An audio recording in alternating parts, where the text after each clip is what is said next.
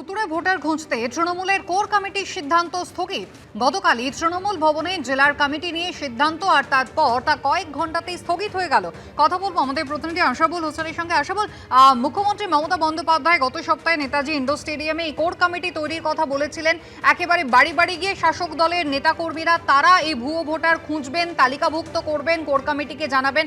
যে core committee বৈঠক প্রথমবারের জন্য গতকাল হলো, তারপরে তাদের সিদ্ধান্ত স্থগিত হলো। পাম্প চালিয়ে উঠছে বিল, কেএসবি পাম্প বাঁচায় বিদ্যুৎ, বিলের প্রবলেম গেল।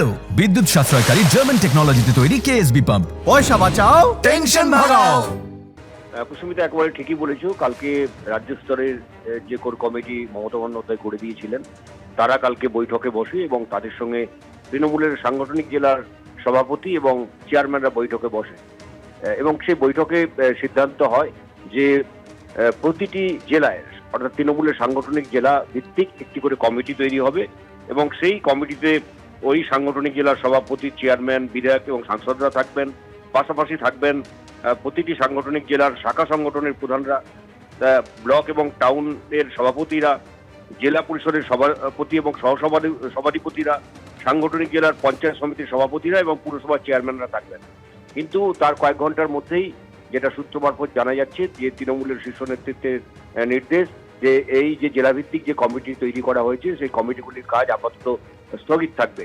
সেই সঙ্গে এই সিদ্ধান্তটা হয়েছিল যে রাজ্য স্তরের যে কোর কমিটির সদস্যরা রয়েছেন তারা একাধিক জায়গা, একাধিক জেলা, সাংগঠনিক জেলা তাদের ভাগ করে দেওয়া হয়েছিল যে তারা সমন্বয় বাড়ানোর জন্য এই সব জেলাগুলোতে তারা সমন্বয়ের কাজ করবেন এবং সেই সিদ্ধান্ত স্থগিত রাখার সিদ্ধান্ত হয়েছে তৃণমূলের শীর্ষ নেতৃত্বের নির্দেশে। এবং যেটা জানা যাচ্ছে যে পরবর্তীকালে মমতা বন্দ্যোপাধ্যায় এ ব্যাপারে চূড়ান্ত সিলমোহর দিলেই তবে কাজ শুরু করবে কমিটি, অথবা তিনি যদি নতুন কোনো সিদ্ধান্ত কথা জানান সেই অনুযায়ী এই নতুন করে এই কাজ হবে, স্ক্রুটিনির কাজ হবে। তবে রাজ্যভিত্তিক যে কমিটি তারা যেমন স্ক্রুটিনির কাজ চালিয়ে যাচ্ছিল সে কাজ যথারীতি চলবে। আশাবুল, ধন্যবাদ। এই নিয়ে বিরোধী দলেদের কি প্রতিক্রিয়া দেখুন।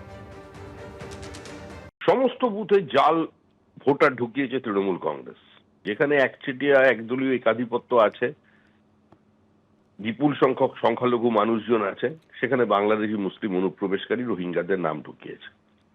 আগে থেকে এই ধরনের বিতর্ক তৈরি করে তারা কার্যত পরোক্ষভাবে নির্বাচন কমিশনের উপরে চাপ সৃষ্টি করছে যাতে তাদের ঢোকানো ভোটারগুলো বাদ না যায়।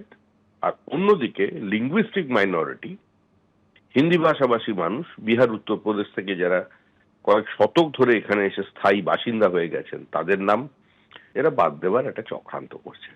আর তৃণমূলের আভ্যন্তরীণ কমিটি, কোর কমিটি, এগুলো নিয়ে কি পশ্চিমবঙ্গের মানুষ আদৌ ভাবিত? প্রথমে তো ভুয়ো ভোটের অভিযোগটা তুললেন, তারপর বাজার গরম করার জন্য স্ক্রুটিনি করার জন্য নামলেন, ফিজিক্যাল স্ক্রুটিনি। আমি তখনই বলেছিলাম যে ঠিক আছে, প্রত্যেকটা সব রাজনৈতিক দলেরই দায়িত্ব হচ্ছে স্ক্রুটিনি করে খুঁজে বার করা। এখন স্ক্রুটিনি করতে গিয়ে দেখলেন যে ওদেরই ভুয়ো ভোটারের সংখ্যা অনেক, ওদের বহু নেতার 4-5 জায়গায় নাম আছে, বহু কর্মীর নাম আছে।